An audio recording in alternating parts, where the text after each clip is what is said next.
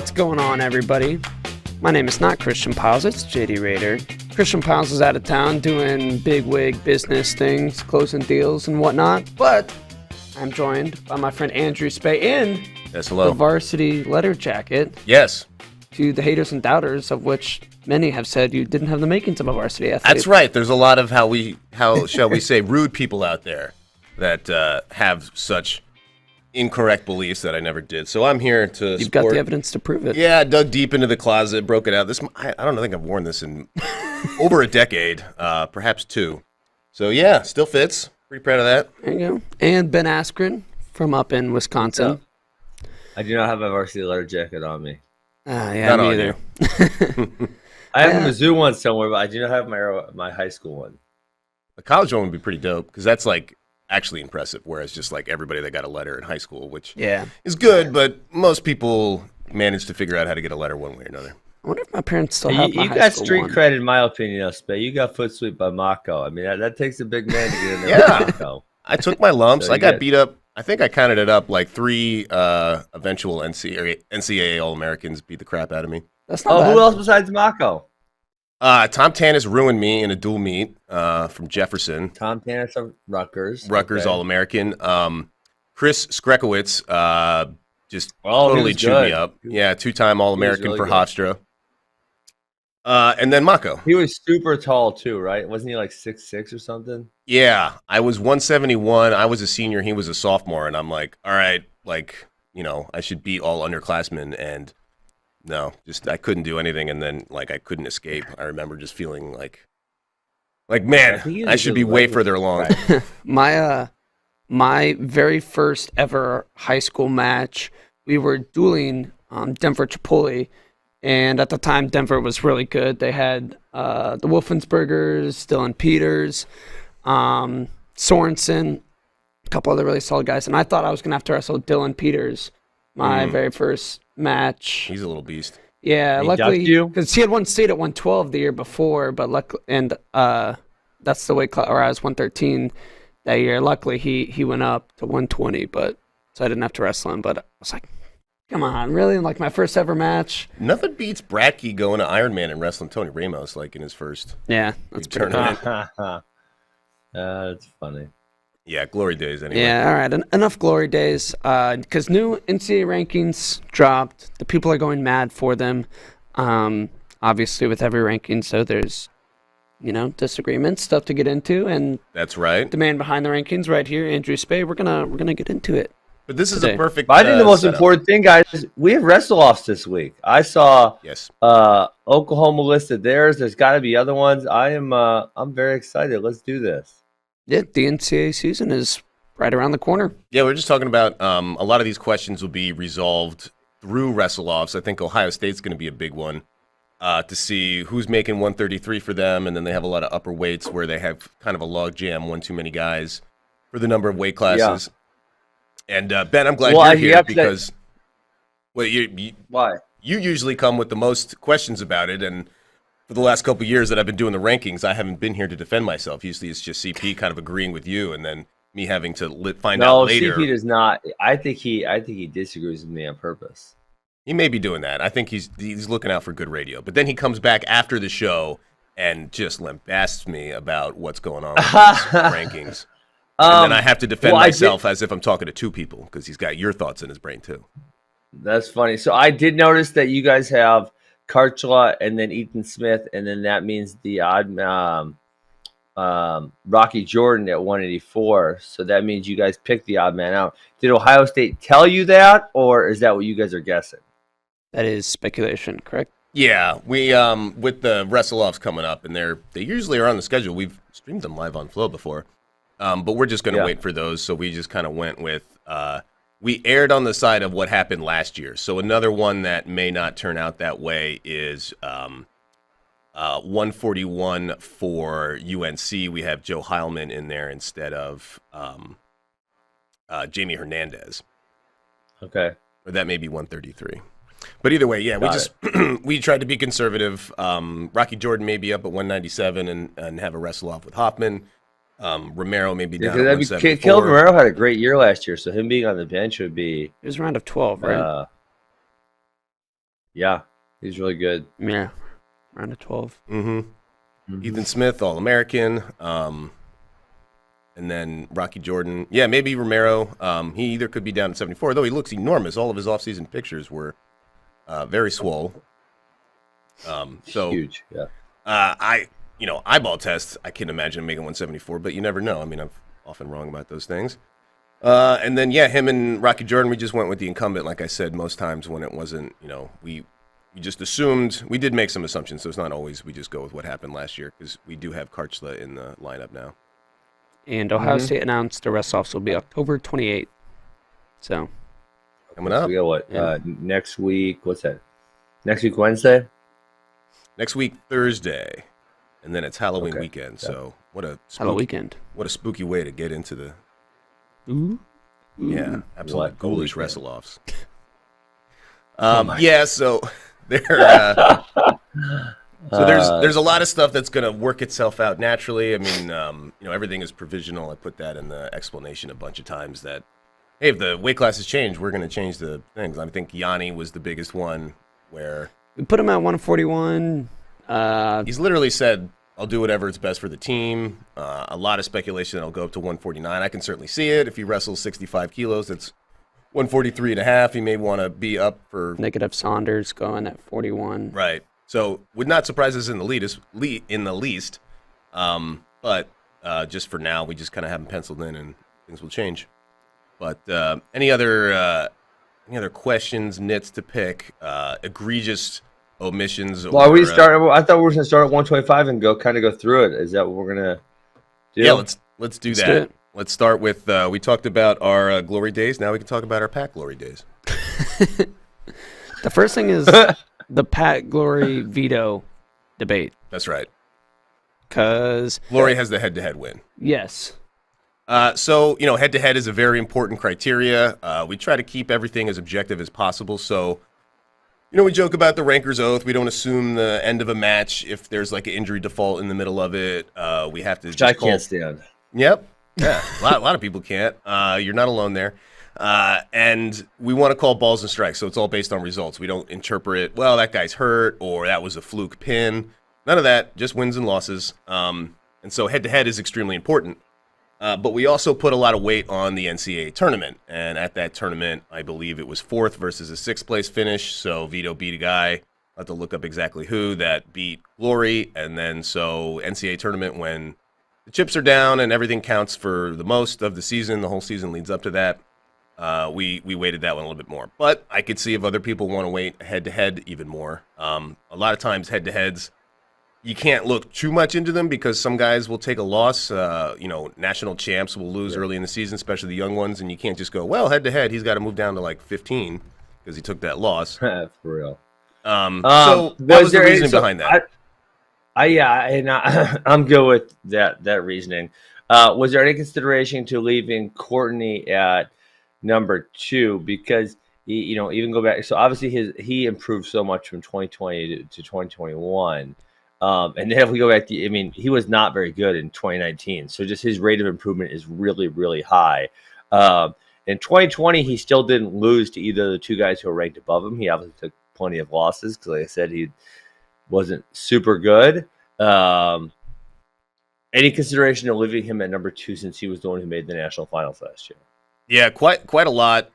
Just because, again, we tried to be consistent and wanted to give, there'll be instances as we go down where we gave the benefit of the doubt to the incumbent, to the guy that wrestled. Even though it wasn't the fault of anybody at the Ivies, they didn't want their season canceled. They wanted to wrestle.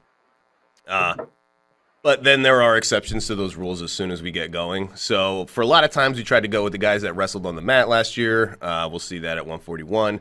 But for this one, just because both Glory and Vito were so far ahead when they wrestled, even though it's now going on 2 years. Well, I can't find a head-to-head matchup with them all. But so when we were in the same ranking pool in say 2020, they obviously Vito wasn't there. Vito hasn't wrestled since 2019. Yeah, he took the Olympic year. Vito's only wrestled one college year. Yeah, that's crazy. Yeah. Okay, so cool. I mean, hopefully we'll see these guys in action against each other relatively quickly, so we can get a gauge on where they're really at. 'Cause Yeah. I think Vito and Glory going above is probably the right move, but I also wouldn't have hated it if you left Courtney above them since he was in the national finals, and just his rate of improvement is so high. Yeah, for consistency purposes, maybe this is bulletin board material for Arizona State. I would not fault them if they did, but just because they were all in the mix, I mean, they're all pretty much the same year. 2019 redshirt freshman for Courtney, so they were, they all had a year of college under their belt before they hit the varsity squad. So we used not head-to-head matchups, but transitive properties, and hopefully we get those big matchups soon. That'll be great. Yeah, for sure. Makes my job easier. I think Cliff Keen, right? Because the Cliff Keen is back, isn't it? It is. Cliff Keen is back. Vegas, Oh baby. yeah.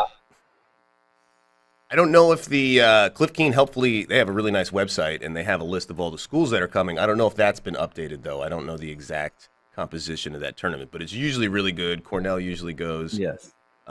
Michigan obviously goes, which is not. Arizona State's usually there, so that would be yes. Vito versus. Yeah, the other things, but there's been talk of Vito moving to 33, but obviously we don't know the case on that. Right. Do you want the other couple things? We are assuming Ragason's up at 133 for Michigan because that's where he is in the lineup, but that obviously could change on the roster.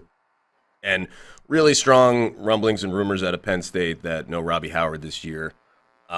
Really, redshirting. Yeah, taking a red shirt. Could be Who injuries. they put in there?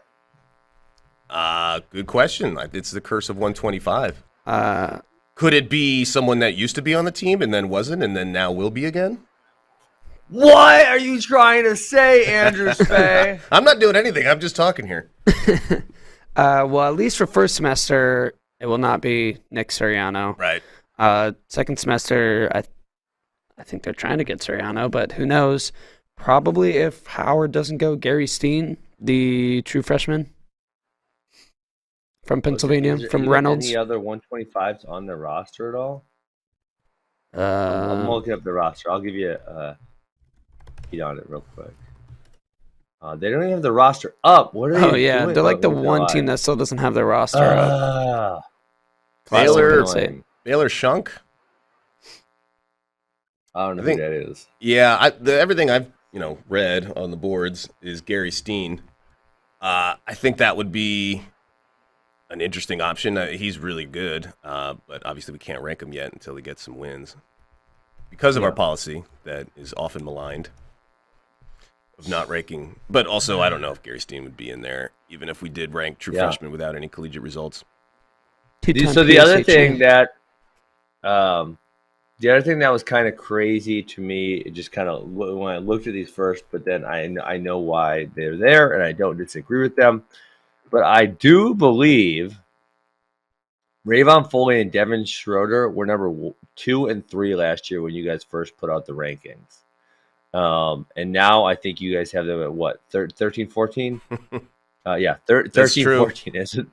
That's pretty crazy to think that, and I don't think they had all that terrible seasons except for the fact that neither one of them All-American, which obviously not non-ideal finishes. But to think they're 2-3 last year, and now they're right next to each other, but they're at 13 and 14. It's freaking wild. Yeah, and I believe Malik Heinzelman was not ranked, and he is 15th. Big Ten just cannibalized themselves last year. So, It was- At a lot of weights. yeah, They didn't get the TKLVs, Midlands, whatever, to kind of established dominance. yes.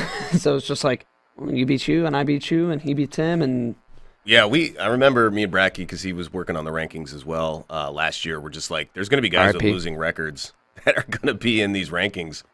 And some of them didn't get bids to the NCAAs, and they were probably All-American potentials. And they ended up not even getting into the tournament. So, yeah, those Big Tens, pretty much all the weight classes, some weird stuff's going to happen. Like, tournaments like the CKLV can't come soon enough. I'm hoping the Michigan State Open is real deep this year, and that hits like the first weekend. So really hoping to get some common opponents again. when you and we looked at Wisconsin's schedule, I think they might just have their freshman or redshirt schedule on their schedule also. But I got to think that some of these teams are going to try to really front load matches just in the case that some of their guys get quarantined or something second semester. I mean, I know that's not happening nearly as much, but why not try to get your guy a whole bunch of matches early in November or December, just under the possibility that, they get quarantined and they miss Midlands or miss something else big like that. That's a good point. I think that's a smart thing. Get them their minimum and then start filling in guys into matches. Hopefully that doesn't take away from some of the dual meets and the matchups that could happen. But that's a lot of speculation down the road. But I think that makes a lot of sense. The last thing you want to do is have to go to last chance open 1, last chance open 2, last chance open 3. Who knows how many last chance opens we'll need this year? There could be so many. just every other day another one. Yeah, I look forward to seeing these guys get some matches because we still don't. Another thing that we probably should say across the board, not counting freestyle matches, there's going to be a lot of times where they wrestled at some big major important tournament like the Olympic team trials, and we're throwing those out. We're only talking folk style against collegiate level opponents. Makes for a tougher job. It would be easier if I could just cherry pick results from freestyle, but that we're sticking to. You took an oath for sure. I took an oath, yeah. All right, should we move on to 33? Because there's a big one at 33. 33 is fun. Oh, yeah. Seabass over Micic. Yeah. That's what I had noted on my paper, too. Why Seabass ahead of Micic? Yeah, that's Seabass was a tough one because he's wrestled like 3 different weights now. Was at 41 last year, had his best result at 125. Now we're also penciling him in at 133. He may go 141. He wrestled 65 at the World Championships in Oslo. Looked pretty good. Did not look, did not look like he had a lot of extra weight to move around. Didn't look like a stink bug. Why did you guys make the decision to move him down to 33? Because, to your point, he didn't really look all that small in that event. So what was that? What was the consideration there? Mostly that Sammy Alvarez didn't make weight at Big Tens at 133. It doesn't make sense. I don't think for their lineup to try to make him. Sammy Alvarez still has a red shirt though. That's correct. He could totally sit out. Just looking at their lineup, we're just playing armchair here. We haven't gotten anything from Goodale or their team saying who's going to be what.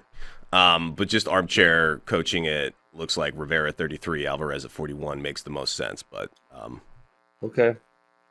That was that one. That was really, not going on anything, but just our own, what we think makes the most sense. We'll change that as the wrestle-offs and the season commences. You could also see a guy like Rivera starting the year at 141 and then working his way down to 33.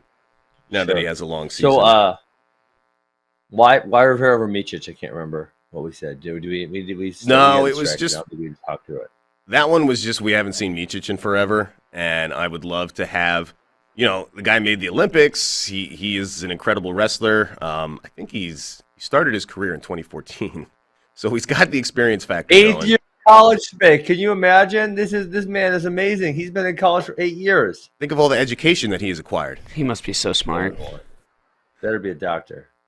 He could have many degrees, but I mean, hey, why not take advantage of the eligibility, of the opportunities? You're at a wonderful institution.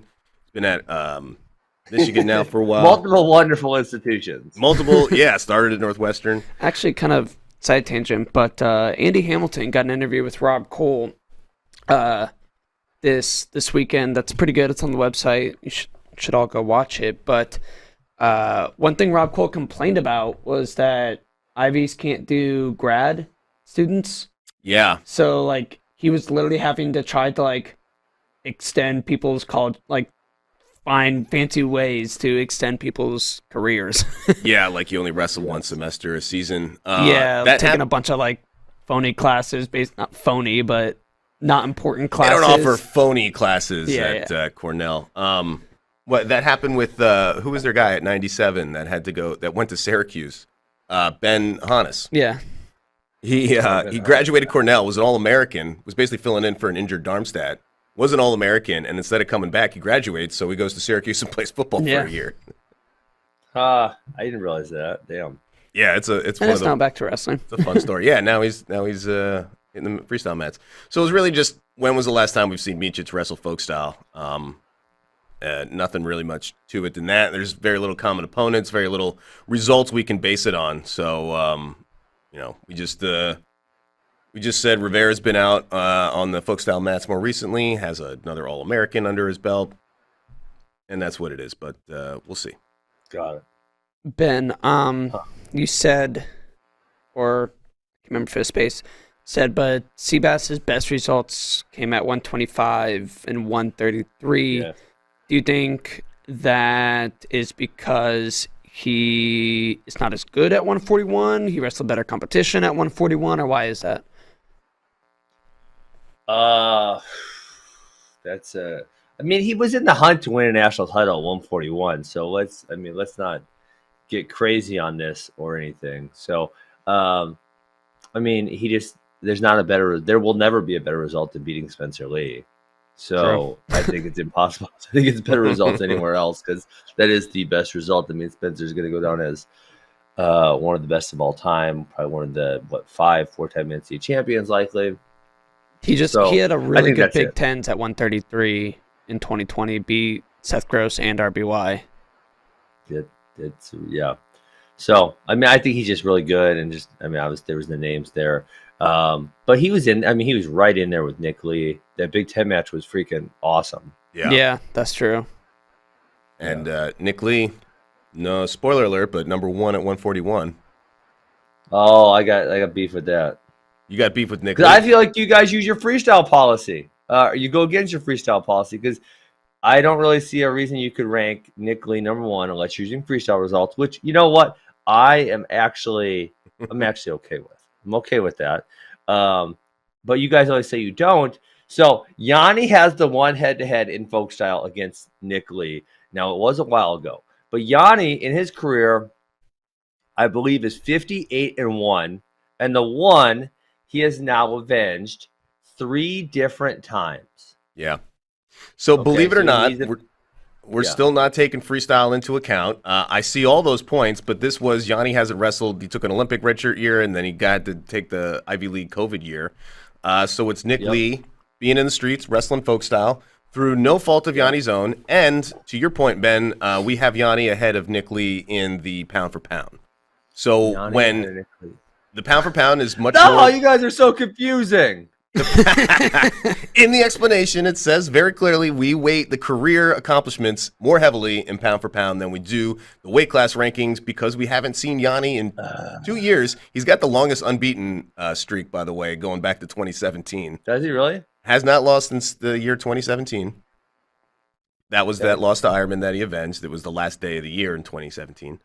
And then, and has the 2 national championships. So career-wise, you put him ahead of Nick Lee, hence the pound for pound rankings. But in the weight class rankings, the guy that is the returning NCAA champ and had most of the guys in the weight class, has wins over them now, has the win over Ironman, has all that. It was, I can see both ways, but we went with the returning champ. Just defaulted to the more recent, victory. I don't really hate it, and he does have the freestyle win, so I'm actually which I'm doesn't good with count. it. Doesn't count. I think it should, but whatever, take it into consideration. 141 actually doesn't look super deep, but Demas is one where I thought he was really after his freshman year. Remember he killed Nick Lee at NCAAs. I really thought we were going to see more to him, so maybe he makes a resurgence this year. Would love to see the dangerous Dom Demas move up. He's got one of the most exciting times. Uses an inside trip to set up a headlock. It's just fun, and he certainly has the ability. He just took too many losses that dropped him down over the course of the year. Yeah, where did he finish at NCAAs last year? Now, must have DNP'd, right? Where the hell is he at? Where would Seabass slide in? Oh man, no! Now we got a hypothetical. Now we're going hypotheticals. Behind Ironman, right? Because Ironman was in the Ironman? national finals. Yeah. Ahead of Dylan Duncan behind Ironman. They both lost to Nick Lee. Is it though? Seabass also lost to Tariq, which is Oh, yeah, he did lose to Tariq on the backside. I forgot about that. which is not a Yes. bad loss. Tariq is a 2-time third placer. Kind of got whooped though. Yeah, he got majored. Tariq is about a half a foot taller, Oh, maybe yeah. more. Tariq the Freak. I forgot that Demas lost to Zach Sherman at the NCAAs last year. Yeah, Sherman All-American plays 7th. The Shermanator. And what happened to Demas? Yes. Demas kind of got screwed because he had real Woods on the front side because they gave Woods a 21 seed, which was Oh, yeah. whatever. We had a shortened season. I get it. Not everyone had great seeds, so that wasn't ideal for him. But then he did lose to Zach Sherman on the backside, which I was kind of shocked by that result. Yeah, Demas goes down in sudden victory. Woods with just, 4 matches or something? And then, on the backside, so DNP'd. And then I think he had some other losses over the year. It was a weird season for sure. So, these Ian Parker's not a bad loss. No. Yeah, that's just And there's tough. another one in that, Ian Parker, you could see moving. You guys have him at 14. You can see him moving up. Real Woods is one at number 9, who obviously his freshman year was great. And then last year, with the whole thing at Stanford was pretty crazy. I could definitely see him moving up a little further. Where did he lost to Carlson in the round of 12 also. Yeah, great story, Clay Carlson. South Dakota State, continuing the tradition of just coaching these guys up. Mm-hmm. Damian Hahn Absolutely. doing good stuff. Any other complaints about 141?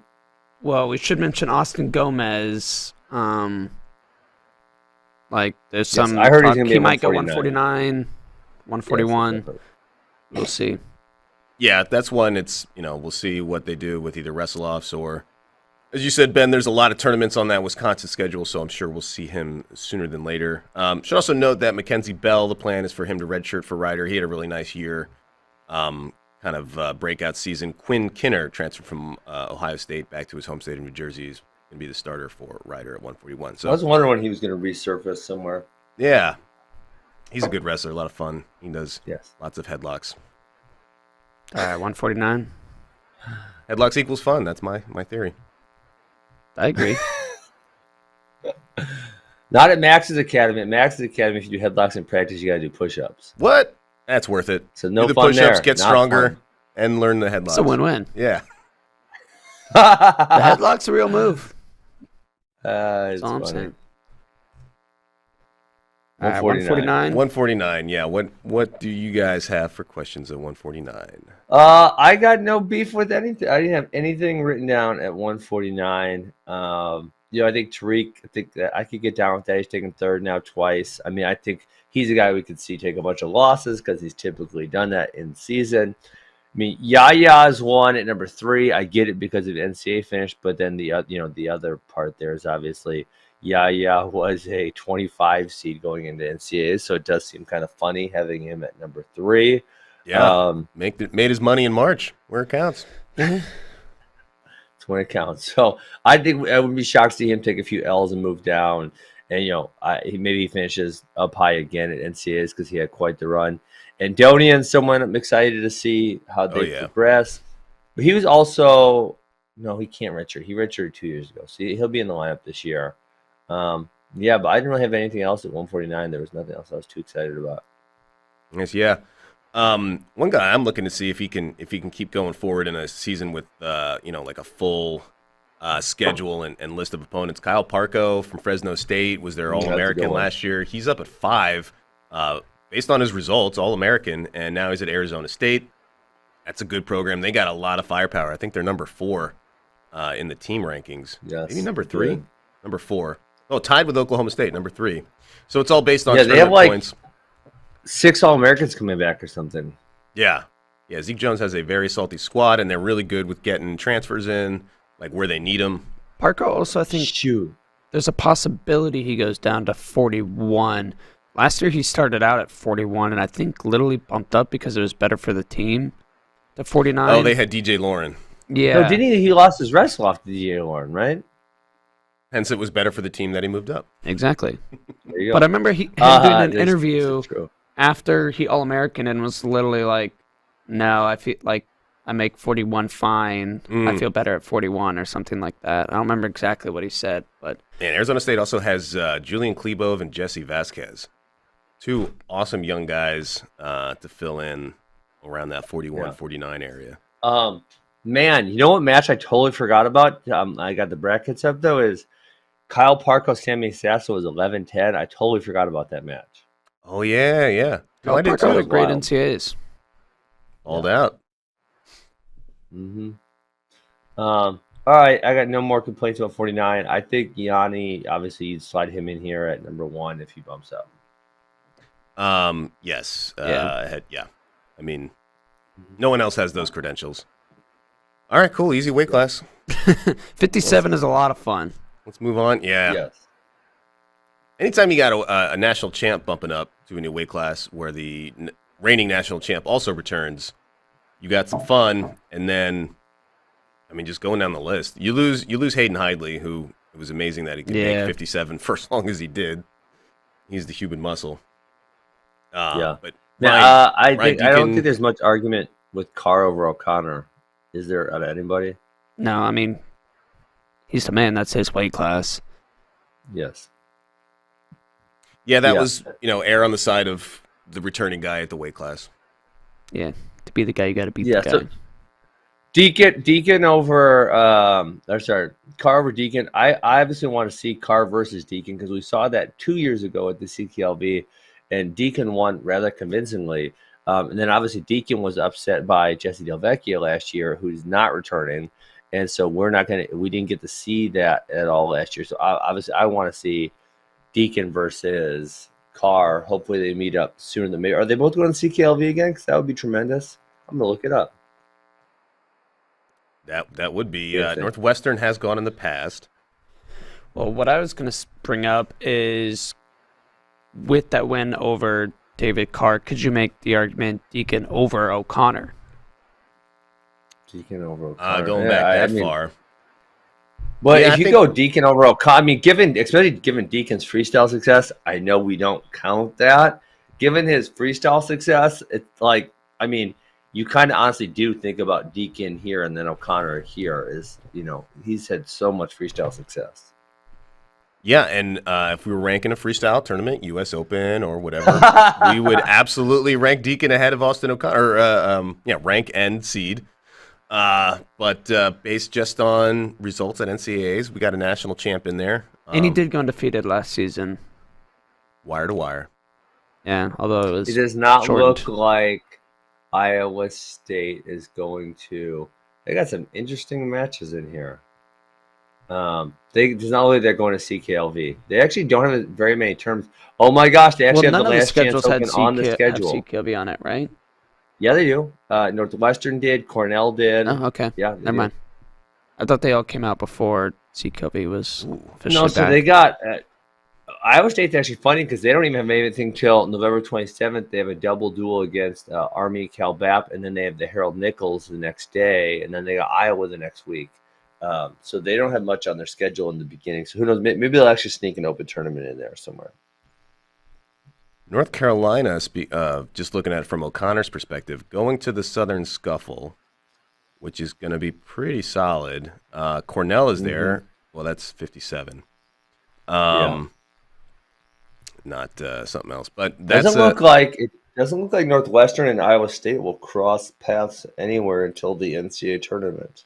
Well, it's unfortunate. Definitely hope we get more Carr Deacon. Never know. All right. Never know. Unless they go to the Iowa State Open. Never know. Northwestern might show up at the Iowa State Open. That's right. There's always the last chance. Maybe, Deacon needs to go to the last chance. No, not the last chance. The Harold Nichols. Oh, the Cyclone Open, yes. Yes. Gotcha. Yes. To be named the Sion Williams Open. Oh, can we donate money? Can we pull up money and donate it so it can be called the Sion Williams Open? As long as he still operates a camera there, then it can be. Oh, yes, that would be so good. He gets to operate the finals camera.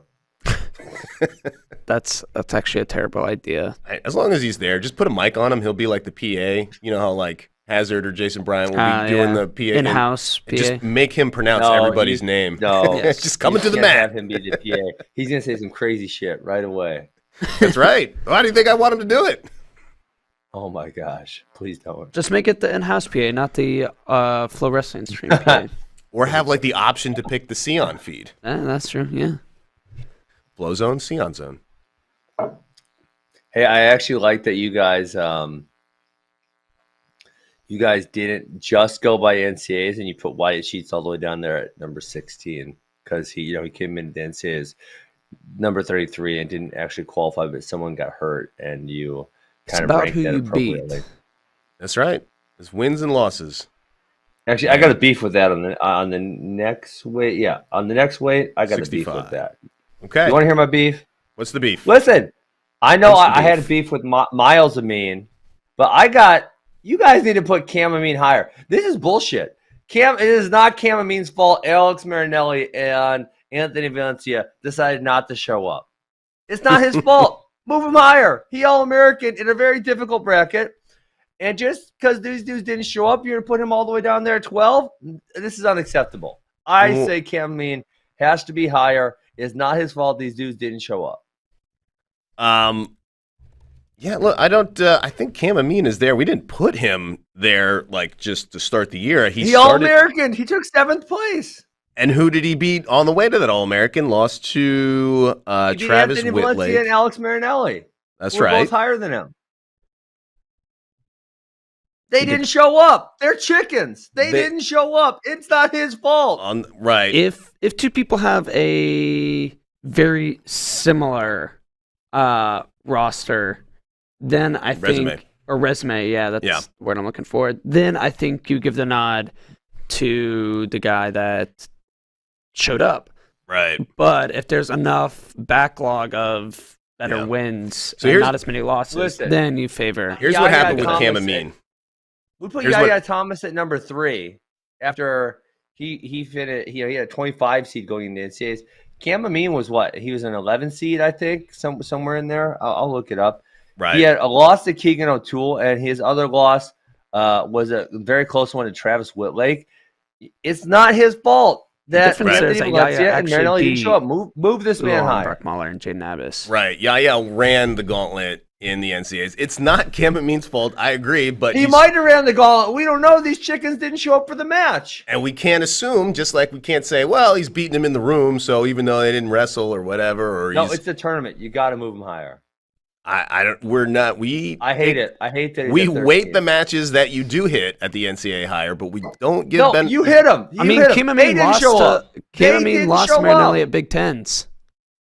Yeah, and then Marinelli got scared at NCAAs and didn't show up. I do not endorse that theory. What happened with Cam Amin is did he show up? He didn't show up. It says medical forfeit. Yes, he got unlucky. I'm with you on that one. And then more guys entered this weight class. So what happened is Evan Wick shows back up. He's got to go ahead. Demetrius Romero. But you guys put Alex Marinelli at number 3 after he's been 5th, 7th, and then he got scared and didn't show up against Cam Amin. Again, can't condone that last part of what you're saying, but can you also look at his regular season record and the number of guys that he's beaten? I get it. I'm being kind of funny with the got scared thing. I'm sure he had a good reason for not showing up. I'm sure he had a good reason. But at the end of the day, he didn't make the walk. Give Cam Amin the W. The man didn't make the walk to the mat. Give him the W. I agree with you. When, like I said, they have almost exactly the same resumes, then you default to that guy. But when it's like somewhat clear that one guy has a better resume, you default to that guy. Ben, what do you think about Karchla being ahead of Cam based on Karchla's true freshman redshirt season when he beat Cam? Ridiculous. Cam Amin should be higher. He freaking beat Anthony Valencia and he beat Alex Marinelli. Put him higher. Yeah.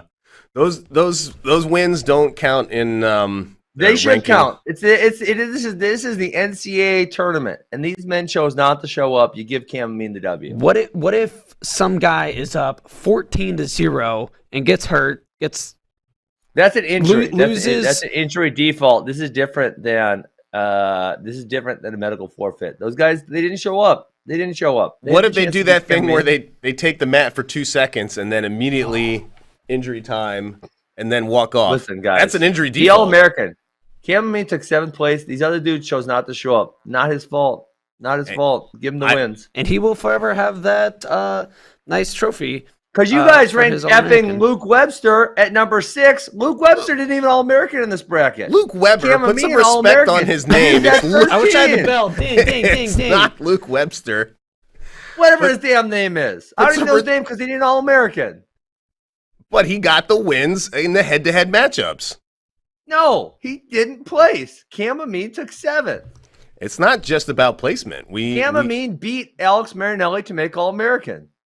Yeah, and a lot of that is the luck of who you get to hit in the bracket. And with last year's season, with the way he seeds beat happened, Valencia.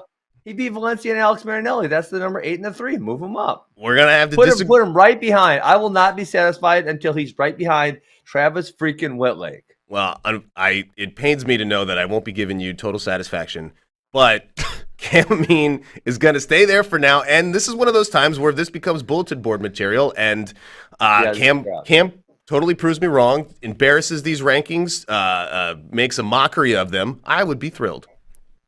So I'll have to leave it at that. I can't. And part of that is give him credit for those matches. having like a set of rules that you don't account for those wins across the board, and so you can't just like cherry pick. Well, this happened. That's that led right. to this, so this Thank happened you, to JD. this. Because if we started making exceptions to these rules, It's a slippery slope, man. then all Guys, of our it's the integrity would be called into NCAAs. question It at is all the the times. biggest tournament. It's the biggest one. It's the one that we all want to be at. He And placed. the roll of the dice, sometimes luck's not on your side with guys not showing up, with the seeds, with the placements. Some guy upsets and the other guy gets an easier match. Also, he's at 13th and he took 7th. It's not like he made the finals and is now at 13. And you have to add Evan Wick, Demetrius Romero, and Carson Karchla into the mix. So it moves him down a little bit. I'm sorry that we upset you on that one, Ben, but unfortunately it is. But it's the listen, way to be. Bitcoin futures started trading today on Damn it, Ben. New York Stock Exchange. So listen, you can't make my day that shitty. Like, I'm upset. I'm trying to go to bat for Cam Amin right now. Cam Amin, I'm going to bat for you here. This is what these guys are doing to you. It is not right. I do not endorse these views. I'm moving you higher. In my head right now. Yeah. I'm going to make the Well, he's going up. He's going. Luke Weber's going down. Luke Weber did an All-American. Grudge He's moving match. down. I'm going to move Travis Williams. Marinelli's moving down. He didn't show up for his All-American match. He gets to move down. He has Even an though average finish of like 8th place at NCAAs. He moves down. Even though he won the last 4 matches against Evan Wick. Doesn't matter. I'm looking at the NCAAs. He didn't place. I'm moving Wick up, Keegan up. Marinelli goes down. Weber goes down. Whitlake goes up. We're bumping. Oh, Romero. We got to talk about Romero too. Amin goes up. Hartman, actually All-American too. He goes up. Moving all those guys up. Wow, it must be easy to do those rankings. You just look at the All-American list. You look at where people finish, and you go, all right, It's the most important. There's my tournament. rankings. You guys, That's why it's you guys will weighted say all heavier. that counts is March, and then you guys look at March and you say it doesn't count. it's called job role justification. And if we do that method, then I'll just have to go find something else to do with my time. Yeah. I'll be fired again. Well, no, listen, you guys got tacos. You can go eat some tacos because I'm giving you the juice on how to do it right. It's easy. Just base it on the results. Well, we do Okay. weight the NCAAs more heavily, but again, I'm sorry, Ben. This is the way it is All right. here. Why is Demetrius Romero so low? This man, let me just tell you what he did last year. Okay.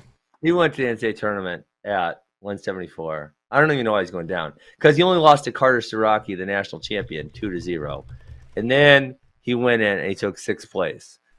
He also lost to Mikey Labriola. Why is he moving down to 9th? Because of what you said, and then you got to go back. He missed, he lost to Labriola. Not a bad loss, but It's a what good is loss. It's a good loss, but then what is his best win after that? You have Romero, good win, but Bernie Truax, I guess, is the other best That's win. a good win. And then you have the season he was injured last year, so you don't have a ton of body of work. You have the shortened season last year, Why and is then he you going look at down? and then you look at the people that are at 165 because they all have a more robust track record. Robust. Yes. Look, Yeah. Romero was just a tough Well, one. You may have a point there, but Why is he going down? he's going down because that weight class has guys like Anthony Valencia at number 8. So you think he thinks it's easier? Easier at 74 than versus 65. I think the guys have better resumes at 65 and 74. And unfortunately, when you don't have common opponents, that's the best thing that we can go on. Well, you may have a point with Romero. I will tell you this. I'll give him another real hard inspection of his wins and losses. And he may be due for a correction. I like your terminology. As they say. I'll give you a hard inspection. I will inspect his resume. I use that line with my wife. And he may be due for a correction. Use a Wall Street term since you just brought up there you go. high finance. I love it. Let's see, Utah Valley. Oh man, they got a quad. Listen to this quad, boy. This is like the Iowa City duels. They got North Idaho, Northwest Kansas Tech, Doane, and Northern Colorado all on November 7th. All live on Flow, I believe. Oh, well, actually, you guys have the Flow logo under the last duel, but not the other one, so I'm not sure. We'll have to wait and see, I guess. But yeah, Utah Valley home duels should be on Flow. What's is it? They're going to Coach Keene. Doane. They're in your neck of the woods, right? That's Nebraska. Cornland. Yeah, I would like to see. Hey, there's going to be a Romero Luke Weber match. In January. There we go. I'm in for that one. And Travis Whitlake. That's coming up in December. Nice. Oh, so the Missouri's going to. So Keegan with Russell, Demetrius Romero. That is. It looks like they're doing a quad. Wyoming, or maybe it's a try. Wyoming, Missouri, and Utah Valley in Orem, Utah. All right, that'll be Yes, good. sir. Keegan O'Toole, you should know, Ben, was at the Junior Worlds when I was over there in Russia, and it was just all other UWW people, but their media guys all said their favorite was Keegan. Of all the people of other countries, they had to interview him a bunch. They said Keegan, that was their fave, number one. So they're all Keegan O'Toole fans now, and Missouri fans by extension. Whomst amongst us is not. Whomst. All right, you want to you want to stop giving 165 such a hard time? I raged. No, I raged. You know what? I raged on 165, and I didn't even complain about Keegan at all. So we give you credit for that.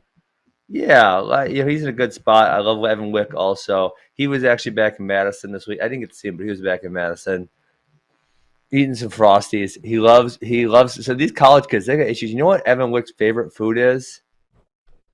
A Frosty? No, he does love Frosties though. And another college kid, Panda Express. Panda Express sucks. I tell these college kids they got no Express class. is fine. Panda Express is no. Listen, you're too close to being college age, JD. Panda Express sucks. I mean, I would rather go like a local Chinese place, but Yeah. It's not like it's super expensive. It's fine, fast Chinese. You know when it's the best option in a food Fine, court. fast sometimes. Chinese. What is this? Is it their slogan or something? Fast Chinese. Fast Chinese food.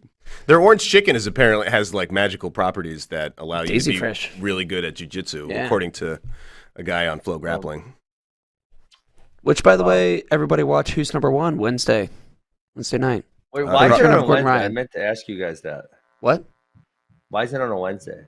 I can't speak for the Flow Grappling team, but Please do. I like the Wednesday. You don't compete with any other sports. Yeah, I think, we're so used to having stuff on weekends because of tournaments when you need as many people there as possible. But if we're just talking like a event card, like, 10 matches, 10 whatever jiu-jitsu matches, a weekday evening session, prime time, get home from work, watch a little wrestling / grappling, what have you. Yeah, from my strictly veer with zero responsibilities, I enjoy it. They're also grappling literally at a venue that you can walk to. Like you can roll downhill and hit Which this one? building. The Auditorium Shores. Palmer Event Center. Palmer. Got it. Hey, who's Gordon Ryan grappling? To be honest with you, I can't remember the name. Philip Grove. Phil Rowe? That was coming from the back here. That was Tyler. Really? Phil Rowe doesn't seem like, I don't want to be mean to Phil Rowe because he's a good grappler, but he doesn't, I have a hard time seeing that one being competitive with Gordon Ryan because Gordon Ryan's like uber elite. It's an exhibition match. It's an 15 exhibition, minutes, yeah. Subs keep rolling, so even if there's a sub, they keep on going through. So there's that would be the worst though because what if you subbed like 16 times by Gordon I did not Ryan? know that. Real said actually. yeah, exciting. Gordon. This is Gordon Ryan's return. So he retired, Sorry for all the people that don't care at all about grappling. I'm kind of there with you. Gordon Ryan is like the superstar of grappling, of no-gi jiu-jitsu. That is the most like wrestling of all the BJJ styles or the grappling styles. He's like the GOAT.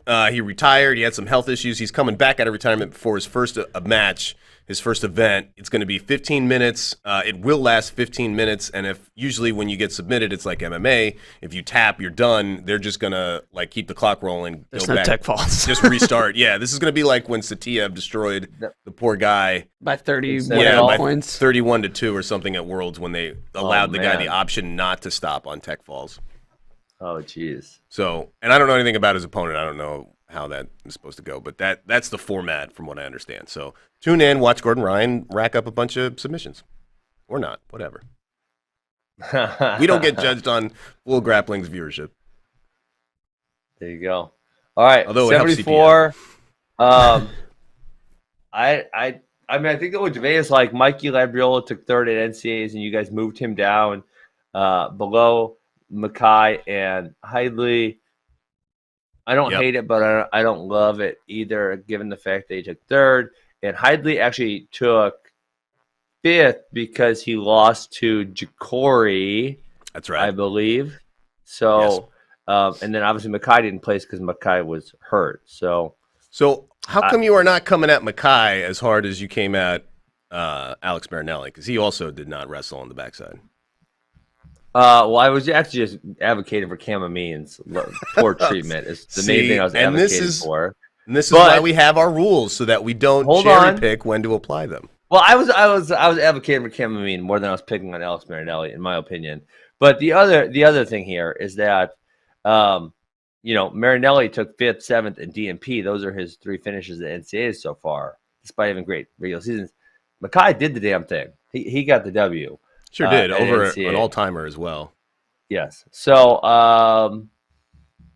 like I said, I would definitely consider moving Mike Labriola up higher. Now, how far are you going to move Mackay down?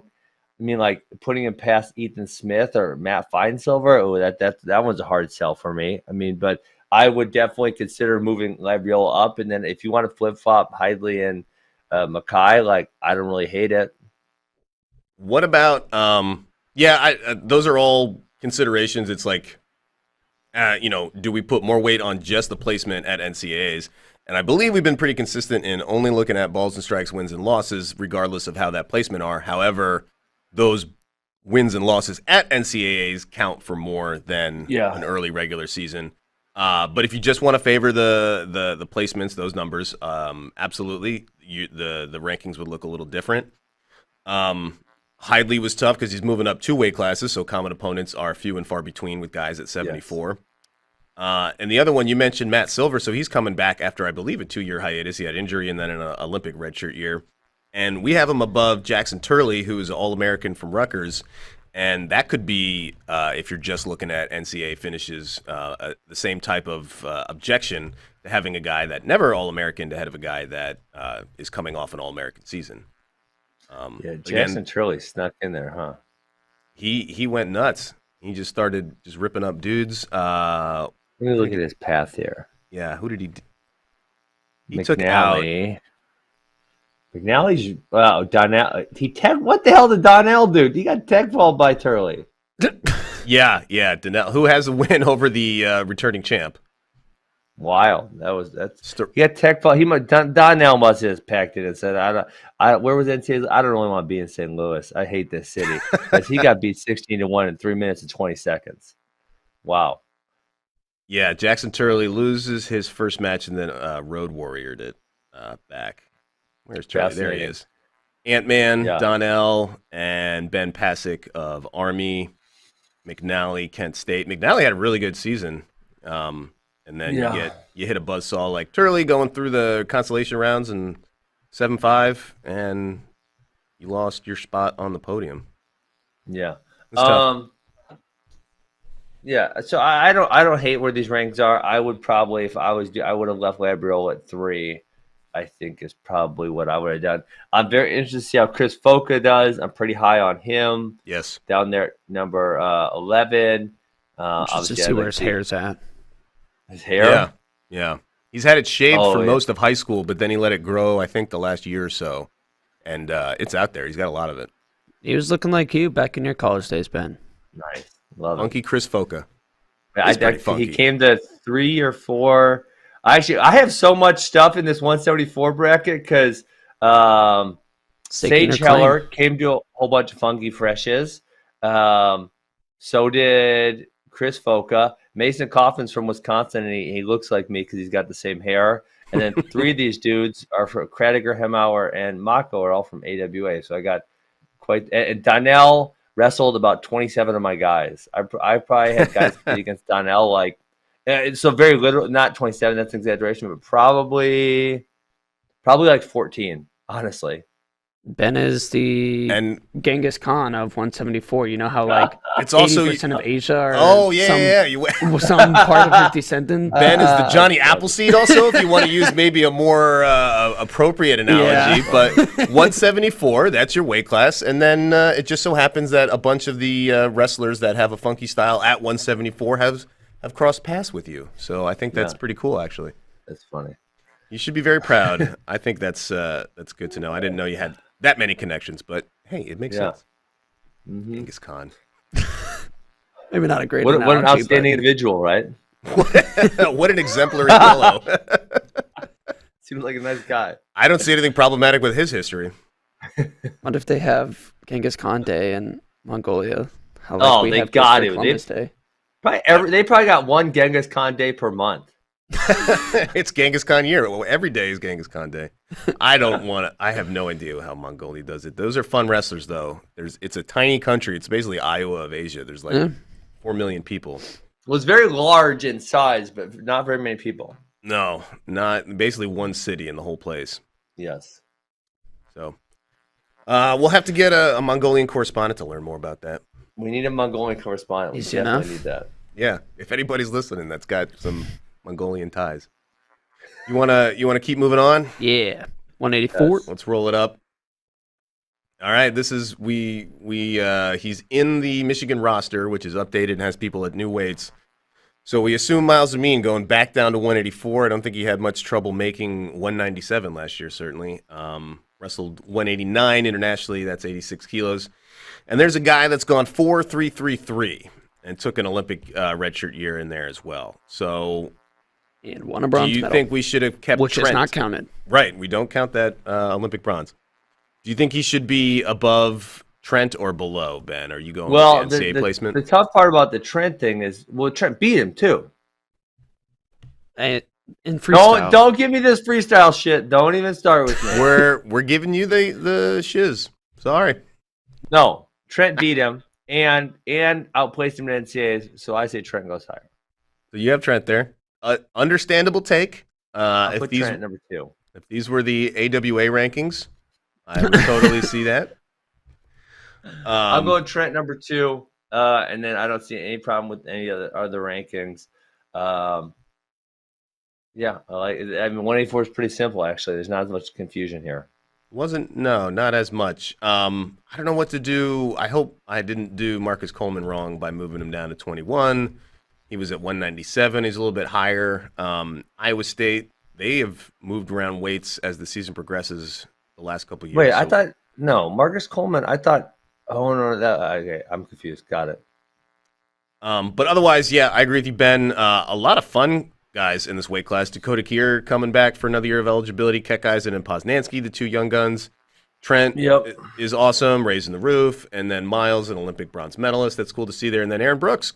If Aaron Brooks wins against that field, he'll go a long way to establishing himself as one of the best to do it.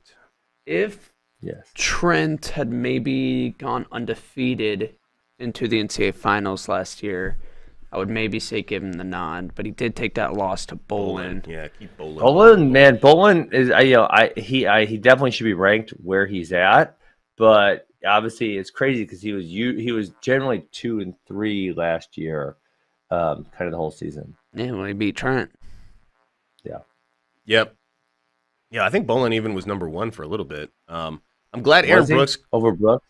And I think we got a lot of heat because Brooks didn't have like a win like Trent. Brooks's resume was very thin, and he wrestled a lot of freestyle, which did not count. And a lot of people, would say, why wouldn't Brooks be higher? You know that he is better than a lot of the guys that he's ranked below. And we would say we can't bring in our personal opinions to this. We have to keep Brooks where he is according to wins and losses. So I'm happy because I always thought Brooks was the best guy in the field last year, not by a huge margin, but if at any point last year you told me to pick somebody to win, I believe I was pretty consistent in saying it'd be Brooks. But anyway, I'm glad I don't have to worry about that anymore and that he's starting number one, and if he does not stay number one, it's because he probably would take a loss, which I don't expect him to do. So, yeah, 184. Mostly it all kind of worked out the way we expected.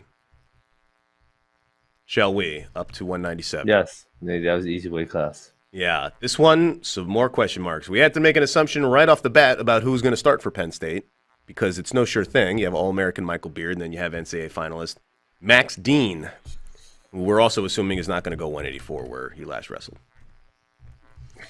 So we went with the finalist. Yeah.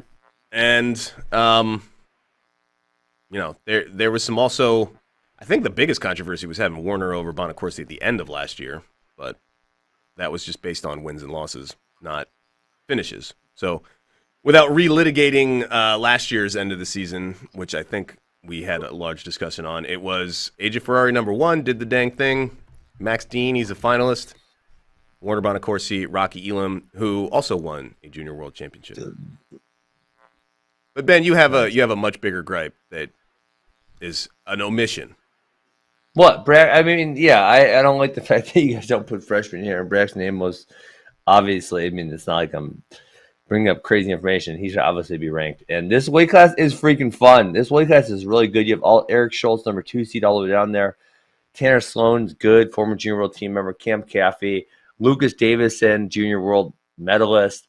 This weight class is deep and fun. I'm excited for it. And you guys have been crapping on 197 for a while, but it's going to be really good this year.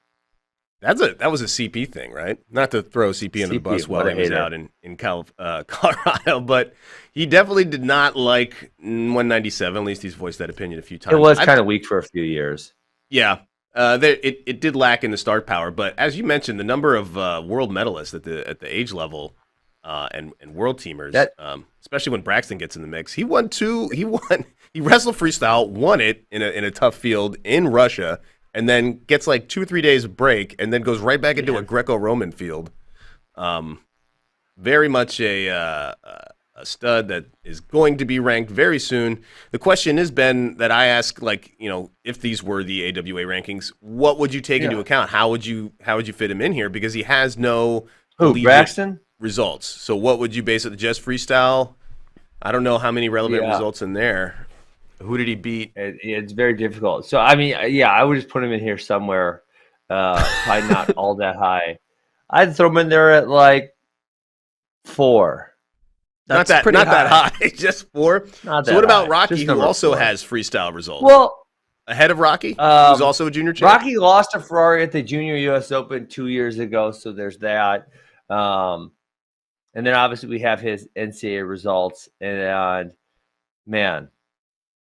Yeah, I mean, you don't really have any relevant wins for Braxton, but the notion that he's not going to place that high is kind of silly. I put him at number 3.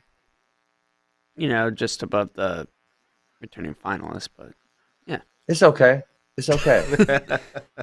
No problem. Well, I think we're all Team Braxton here. He's going to do awesome things. He's a joy to watch. He was also one of the faves of the UWW staff. They loved interviewing him too, so...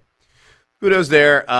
We're going to see. Yeah, so let me address that. I did want to say something about I think disproportionately we're going to have upper weight junior medalists. Number one, I think there is too many freestyle weights up top. I would actually add one back in the middle. When we go 89, 202, 213, there's just too many. And for whatever reason, other countries seem to not be good in the upper weights. You think of like Japan, great lightweights, they stink in the upper weights. And there's a whole bunch of population skews smaller. Yeah, I mean, but I don't know for sure. No, that's probably right on the head, nail on the head, right? So we seem to have more success in the upper weights than we do the lighter weights, simply because we have a lot of really good big guys. In other countries, they're not really very solid there. So I think we're probably always going to have those world medalists up top, whereas we're not always going to have that at the lighter weights. Interesting sidebar. I would probably I'm being serious. Wasn't totally joking there.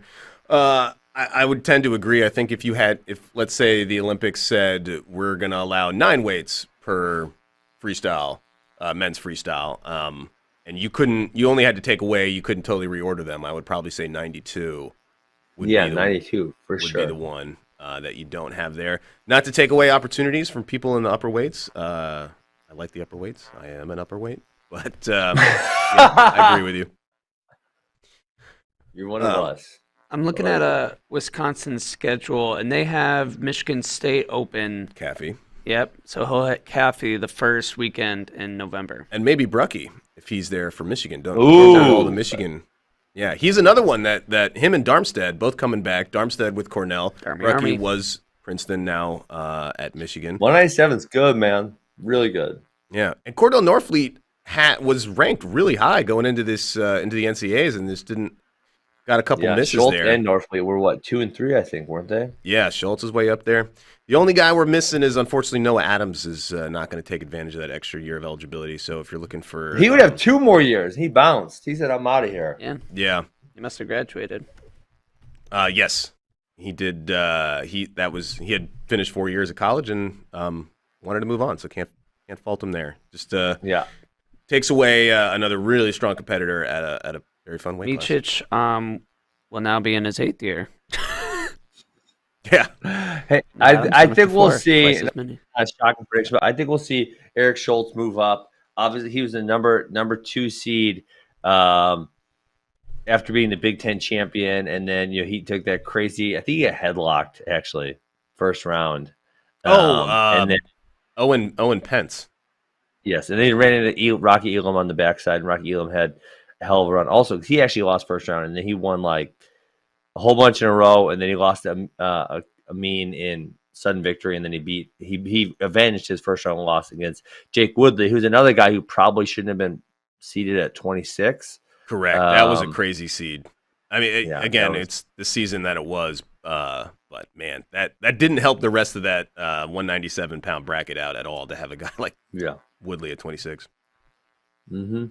So Schultz will probably see him moving up because he had a really, and if you kind of going back to the discussion we had earlier about, is it just the NCAA result or is it kind of their whole season? If we really, he would be a guy that would kind of fit that argument because he only had 1 loss in the regular season, which was to Miles Amin. But, he beat everybody else. He beat Jacob Warner. He beat Cam Caffey a couple times. And then his only other losses were at the NCAA tournament. Yeah, I think, maybe bad luck, maybe not would be replicated or you wouldn't bet on it, but the loss to Pence, who is down at 16, that weighs heavily. That's kind of like an anchor there. And fair or not, sometimes stuff like that happens. That was with, we'll go in the past, but sometimes guys take losses like that and it drags them down and then they prove, or they show up at the tournament and, makes the rankings look foolish. It happens. Yep. On to the heavies. Heavy Chevys. Heavy Chevys. So, obviously, huge shot in the arm to this weight class when Gable Steveson, the biggest name in wrestling, Olympic gold medalist, WWE, future superstar. I don't know how that world works, but I hope it's the best. He's coming back. So, immediately, this goes from a fun weight class, like a good number of quality guys, age level medalist, to the returning Olympic gold medalist, potentially the best heavyweight wrestler of any style in the world. Yeah. So I didn't even want to debate the top because I think the top is pretty obvious of where they shall be. I don't think there's really any debate. But then we go down to an Austin Harris, and I just know this because we brought it up the other day. And again, this if you guys are saying you only count, don't only count NCAAs, but regular season, Austin Harris did not have a good season. He obviously had a couple really big wins over Stencil and Elam at the NCAA tournament.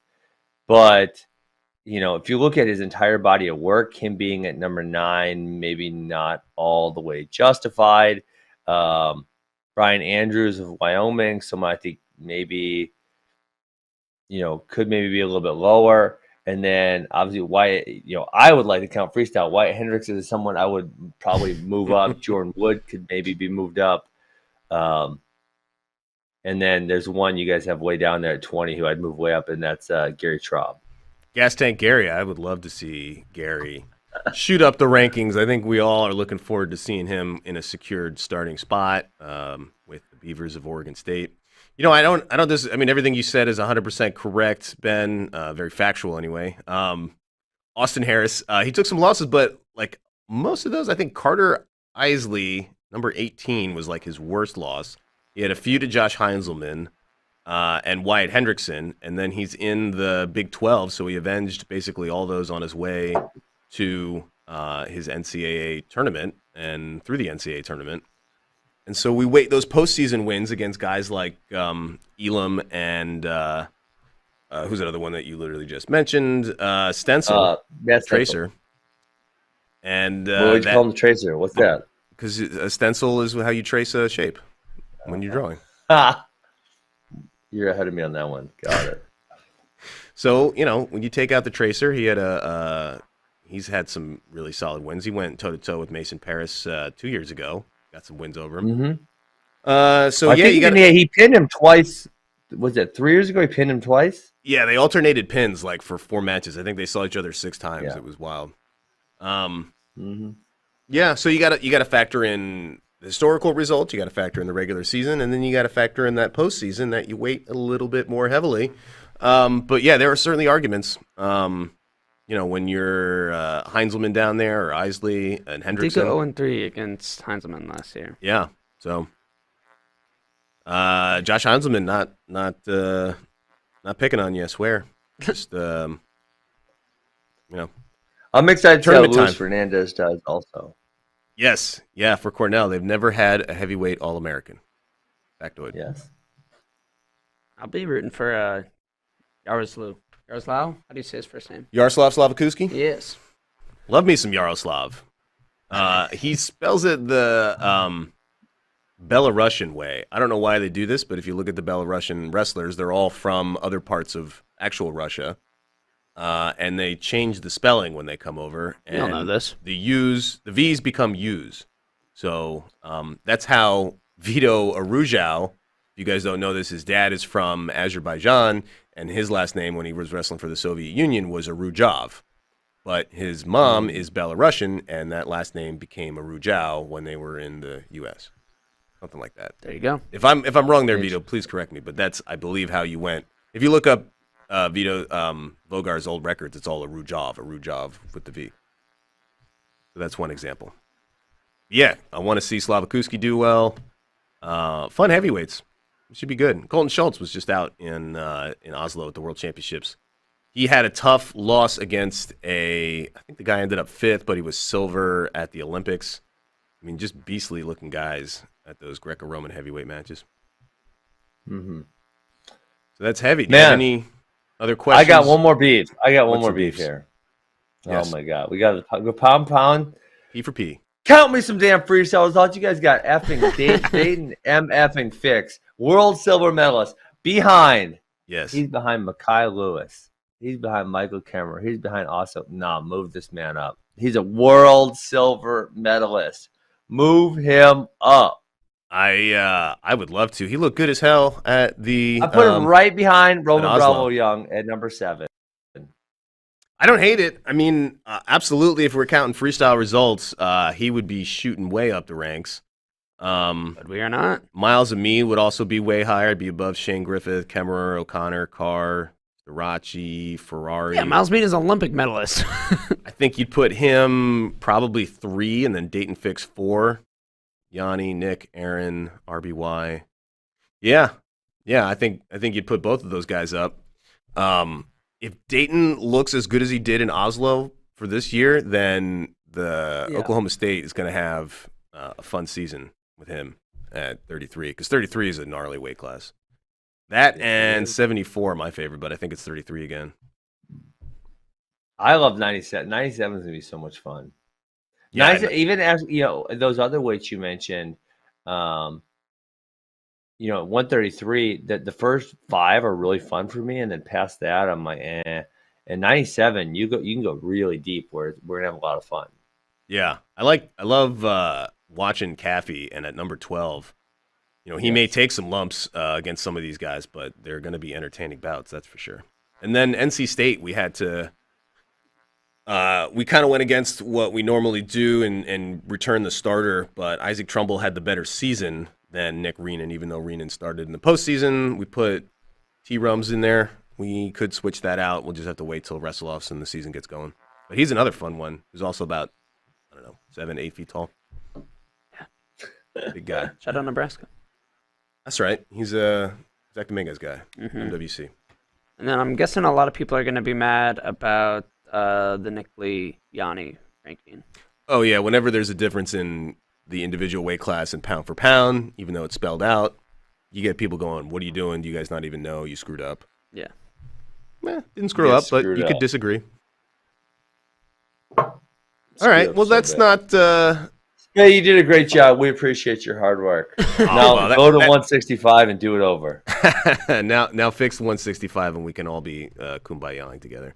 Well, JD was also instrumental in this, so send all your hate mail to JD. I'll take all the accolades, though. I think JD's easier to hate than you are. Spey, like, you're hard to get mad at. Now, JD, we can get mad at him, but you're. This kid. Look how lovable this guy is. Look to your left and just tell me you want to get mad at him. He's got Letterman's check. I got to let him in. I mean, look, he was the captain. I don't want him to beat me up. Can't get bullied captain by being a jerk. And then, so we can extrapolate that. And even though we don't have a guy like Braxton Amison, and we don't have a lot of the guys where they're going to end up, even what we would predict, you can look at the team tournament. And this year, instead of cutting it off at 25, I was like, man, that doesn't make any sense. Just put it all out there. Everybody that has a guy ranked 24 or higher, which if you win a match, you finish top 24, basically, is a way to look at it. 9 guys go barbecue at NCAAs, so those guys are honorable mentions this year. We expanded the number of guys we ranked, and this is how the tournament would go if you took these preseason rankings and just translated them into how they finished at the NCAA tournament. Of course, it's not going to happen that way. It will be massive differences, but this gives you a general idea. What if you got it perfect? If I got it perfect, what are the odds of that? The odds are then we entered a magical realm of alternate reality, and somehow I defied the laws of physics. These are the rankings at the end? Is that what we're saying for perfect? Yeah, if I nail every single one. Or Braxton Amos, he had a bad season. Yeah, right. He could get hurt or something. Exactly. Yeah. No. But it's, again, looks like a 2-team race, but you never know who's going to get in the mix. And then there's Oklahoma State, Arizona State, Michigan, NC State, Missouri kind of in the next clump, the next tier. Yep. And then a whole bunch of teams. But that'll all change. All right, those are the rankings. I think if that's, I'm sure there'll be more as the season goes. But I appreciate the grilling. We're so close to college wrestling, guys. It's going to be awesome. That is awesome. Unfortunately, means the departure of freestyle season, kind of. But oh, for God. Get Russian JD off the show. Yeah. Sorry, you're going to have to just stick to Russian Instagram to watch all your faves. Still have U23 Worlds to look forward to in a couple weeks. Oh, yeah, you're going to that. Yeah, have fun in Serbia. The Republic Srpska. Leave his ass in Russia. Yeah, have fun in Russia, Junior. Serbia's not in Russia. Yeah, it's Russia. Moscow. We'll just leave him there. It's Junior Russian. All right, let's do questions because we only have 10 minutes left. Okay. This one's from FRL Memes. Can Spencer Lee turn Spencer Lee on top? Whoa, speaking of alternate dimensions. Yeah. Yeah, I would say yes. Yeah, with that armbar, I don't think anybody can. By the way, tons of armbars, mostly U.S. people, but internationally. Yeah. Yeah, you saw cradles at juniors and you saw armbars at senior worlds. Helen hit the one. I think Adeline might have hit one or two as well. Yeah, so whether that's people just watching Spencer, whether it's being taught at camps or emphasized, good on the or the bar arms, as you Iowans would go. It's intertwinable. Intertwinable. All right, this one's interesting from CP Talk. ChemDog posted a team picture with noticeably all the starters, but Nelson Brands was replaced by Abe Assad. Is it telling for the upcoming season? What? This was a lot of those thinking emojis when people saw that. Yeah. Because you read the Did- tea leaves. Nelson, does he have a red shirt? I believe. I don't think he's So he- taken one. He's not that old. Could- He took one. In He did take 2019. one. Okay, I lied. He went undefeated. That's right. And that's interesting. I mean, the Abe Assad whole thing is interesting. In 2020, they were like kind of back and forth, splitting time. Abe Assad got the start at the end of the season. Yep, got the And postseason then nod. I don't even think he wrestled the match last year. I believe it was injury. Yeah. He was out and did not wrestle a match. I don't have any details on that injury, but that's what it looks like. Nelson Brand's decent season qualifier, but who knows? Yeah, maybe it is a little telling. This is, for the last kind of 3 years, it's not like they've had a big hole in that lineup, but they've had some question marks as who's going to be the ultimate starter. So better than a question mark. They almost had one. I guess Vince Turk is back, which is interesting. So he's right there with Murin. That could be interesting. And then 84, it's probably undecided. So it's interesting that Murin was in that. All the starters from last year, Murin was the guy at 49, and then everybody in there. Huge looking Anthony Cassiope, and then 84, Assad. So if it turns out that way, then people will be looking at the Iowa team pictures every year going forward to try to find out who might be the starter. Same scenario as every team, though. I'm sure they will decide throughout the season based upon results at tournaments and whatnot. So, but yeah, maybe he's the guy for at least the first couple. Yeah, well, it's interesting to see that a lot of people picked up on that. I think that's a good sign. I think that means people are hungry for the wrestling season to start. No kidding. This one is also from CP Talk. If Gable wins as a freshman, does he stay through his entire college eligibility to be a 4-time champ? I feel like he's gonna stay through his entire college eligibility. If he's not out now, why would he ever be out? Well, he said this was going to be his last. Oh, he did say that? Yeah. So why does he feel the need to come back for this year? Is it a college degree issue or what? What's probably? I would assume so. Plus, yeah, this is his obviously fourth he year. could do that online if he wanted to, right?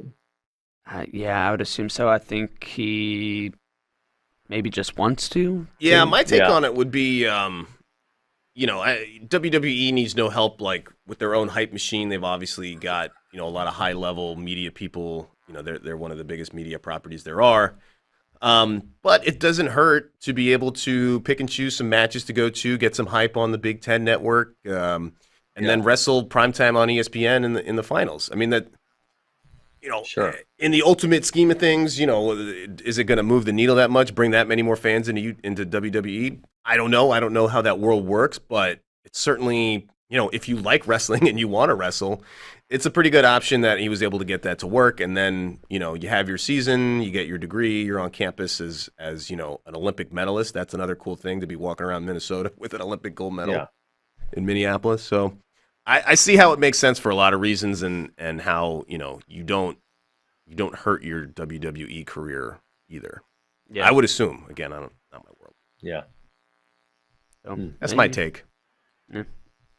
CP Talk was on fire at the questions. Oh, 3 for? Yeah, we're going 3 for. Wow, put him in the Hall of Fame. I know. Top 10 best bulk jobs in wrestling. Got to think at Ant the Champ takes the cake. So Kassar. but he's not a bulk job. He's a slim job. Oh no, we're talking. Oh, I thought we were talking about Anthony Cassiope. Yeah, Anthony Cassiope is like a chisel He's job. slim. Yeah, Anthony Kassar was 97 for his whole career, I think. Yes, and then moved up. The heavyweight beat the current, Never even started at 197 and then became the champ. Yeah, and then became Ant the champ. I think Who else? Maybe Kyle Derek Dake White takes the obviously cake, got though. really huge. Kyle Dake went up 4 weight classes and won an NCAA title. And then he went up to 86 and almost made the Olympic team at That is 189 correct. Beat pounds. Jaden. Yeah. Beat one out of 3.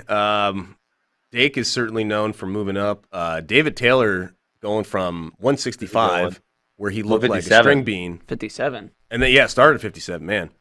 And I just thinking 86 kilos now, it's like, how could he ever have wrestled anything but 86 kilos? I mean, that's he like was his a weight baby class. when he got to Penn State. Yeah. Yeah. That was a great bulk job. Derek White was a good one too. He's the thing that started the whole. He was, Nomad Yeah. called him the cowboy bulk job. Yeah. And that was JD all right. Bergman was a good one. I don't know if you guys remember him. I remember JD Bergman, great name. Yeah. Did I forget? Half of his name is the best name that you can right. have. Yeah, he made a world team, right? 13? JD, yeah, maybe a couple times. Yeah. What other bulk jobs? Did Travell started as a little guy, right? No, I don't think so. No. Terry No, McCoy he's was a a zipper. 190 pounder and then went to heavyweight, but that's kind of far past when all of us watch wrestling. I got a great one. The Jack Pine Savage. Started Who's at Hayden Zilmer.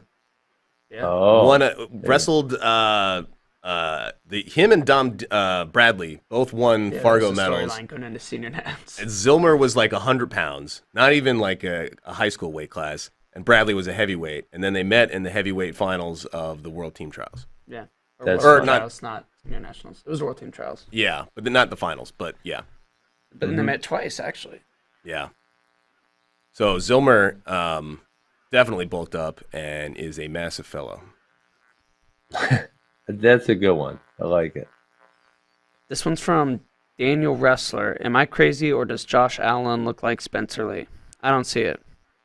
I don't know Josh Allen. Yeah, Who's this Josh one Allen? wasn't for you. The Buffalo Bills quarterback? Oh, I watched some of that game last night. He looks like Spencer.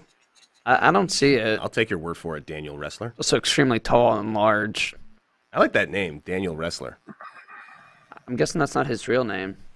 Probably not. So Josh Allen could go as Josh Football. Yeah. From Adam Rush, what is your most anticipated NCAA weight class this year? And why is it 133? We kind of talked about that, but Ben said 197.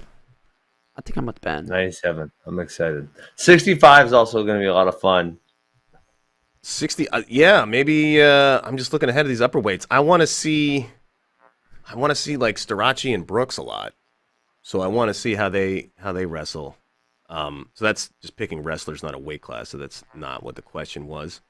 97, 33, and I think 74. When I thought Shane Griffith was moving up, was going to be my favorite. And that doesn't take. There's still plenty of star power there, but I do like 174. But yeah, 33 and 97 are kind of 1 and 2. From Wes Ling. Get it? Well, Wrestling. Yeah.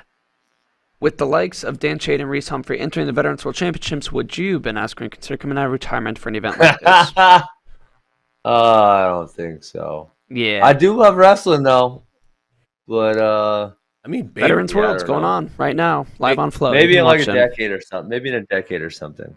Oh yeah, because they have every 5 or 10 years. They have a Yeah, new there's like a new division. Yeah, Yeah. Bader did it. No, I'm having fun. I like wrestling. Vader did do it.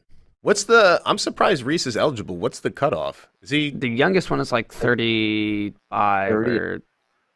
It might be 30 now. or 'Cause 30. I don't think Reese is 35.